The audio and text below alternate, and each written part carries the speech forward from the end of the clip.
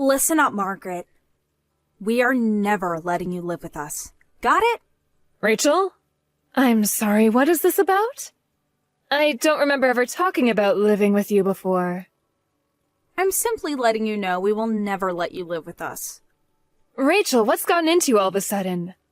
I figured you'd ask us eventually, so I'm making myself clear.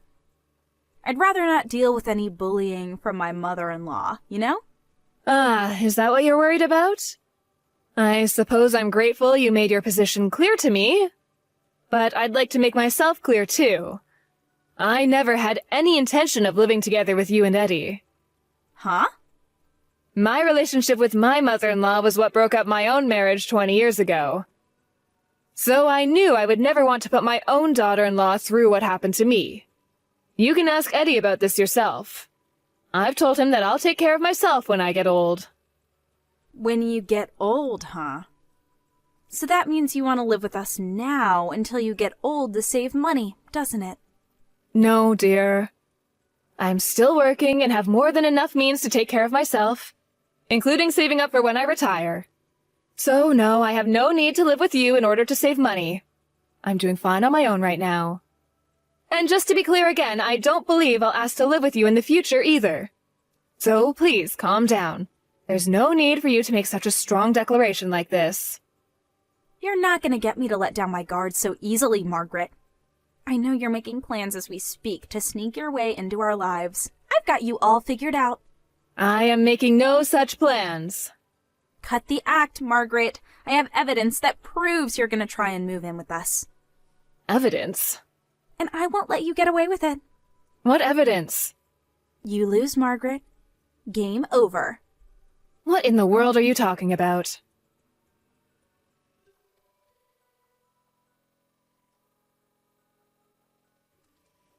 Hey, Mom. So I haven't messaged you in a while. How are the preparations going? Hello, Eddie. Yes, they're going just fine. I never expected to have to deal with moving houses at my age, but you did just get married and leave home. So I guess you could say that the timing was just right, I suppose. Yeah, probably. Tomorrow's the big day, huh? I mentioned this before, but I'm out of town on business and I won't be able to help you out. That's fine, Eddie. I went ahead and hired a moving company that will take care of everything, from packing to transporting and unloading. Ah, well, that's good to hear. Oh, and by the way, I had a question for you. Do you have a moment? Sure, Mom, what's up?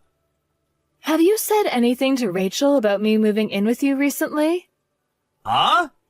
No, never. I mean, you've always said you had no interest in moving in with us.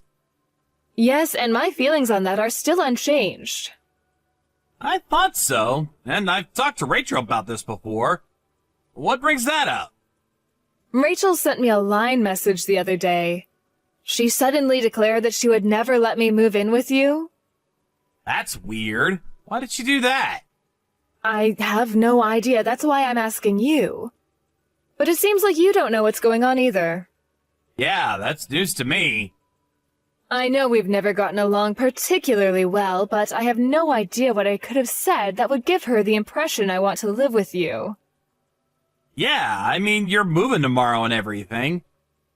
She's aware of that, so she's gotta know that there's no way for you to live with us. I thought so too. I wonder what in the world has gotten into her. Yeah, I'll try and talk to her. I get back from my business trip in 2 days. I'll ask her about it then. Thank you, Eddie. Please do.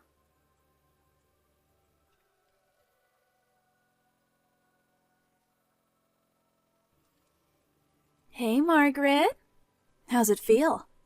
Was it lonely when you pulled up to our apartment, ready to force your way in with us, only to find it completely empty? Huh? Good evening, Rachel.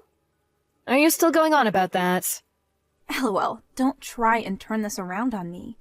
I can only imagine the look on your face when you pulled up with the moving trucks, ready to barge in on our lives and start controlling us, only to discover we had already moved out before you got there.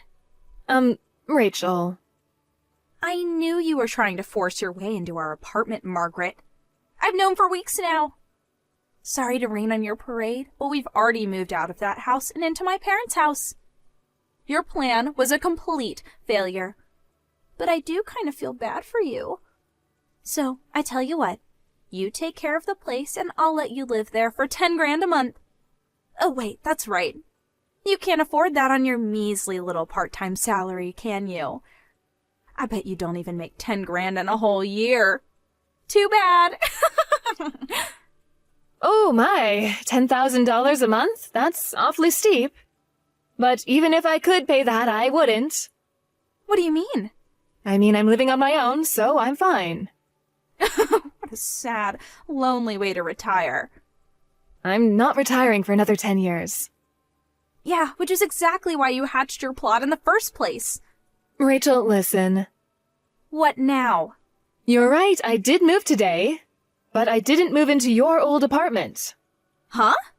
I was appointed by corporate to be the deputy branch manager at our new facility in Miami.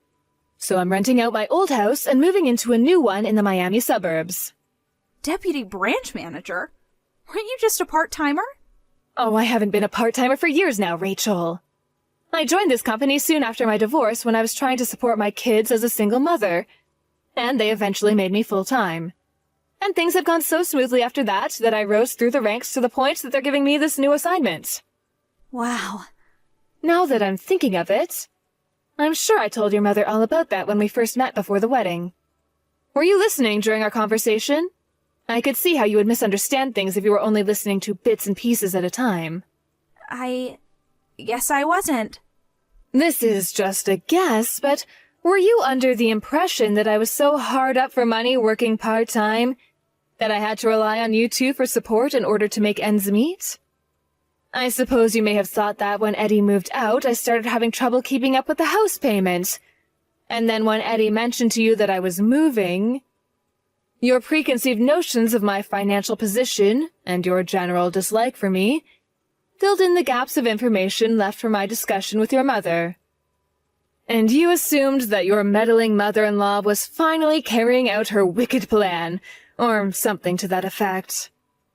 And then, in an attempt to counteract my alleged plan, you immediately made plans to move out before I moved in. Do I have all that right? Well, I mean, you didn't seem like the type to be getting promoted at your job or anything. Is that so? You said you were moving into your parents' house, but tell me, did you also move Eddie's things there already? Yeah, why? When I talked to Eddie online yesterday, he didn't seem to be aware that any of this was going on. Your parents' house is at least a 2-hour drive from Eddie's company, and that's on a good day. Did you think of Eddie's commute when you made this move? Did you talk to Eddie about any of this before you made the decision to move? Well, If you really made this decision alone and left Eddie completely out of the loop, I think you might just be in a world of trouble, Rachel.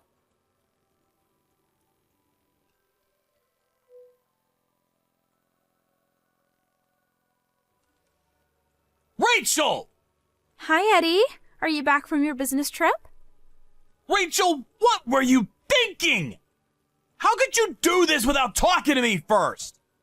I know this must come as a bit of a surprise, but I can explain.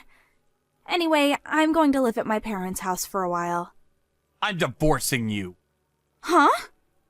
I never thought you would be this much of a self-centered, careless moron! I'm divorcing you as soon as possible! But why?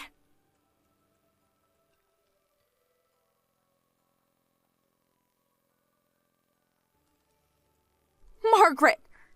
Talk some sense into Eddie, would you? Oh, hello again, Rachel. What's going on with Eddie? He wants to divorce me. I suppose this must have something to do with you moving without telling him, yes? But, I mean, what am I supposed to do about that? I heard he moved. I canceled the lease on the old apartment, and you're already down in Miami. He's got nowhere else to go but here. Isn't that precisely the problem? Huh? You still don't get it. From Eddie's point of view, what you did was force him to move in with his mother-in-law against his will. Which is exactly what you were so afraid of me doing. Despite, may I add, the fact that I had no such intentions. Wait. Oh no. So you finally get it. Oh no. I didn't mean to do that. I suppose your only choice is to have a heart-to-heart discussion with Eddie. I'll be staying out of this. You can work this out together as a couple. I wish the both of you the best. Margaret, you've got to talk some sense into Eddie. Oh, you'd like me to give him some advice? Well, if I were to do that, it would probably be to tell him to divorce you. No, Margaret. You're supposed to get him to not divorce me. Do you honestly think I would take your side after everything you said to me? But... I gave you my answer. Please, wait, Margaret! I have nothing else to say to you, Rachel. Goodbye.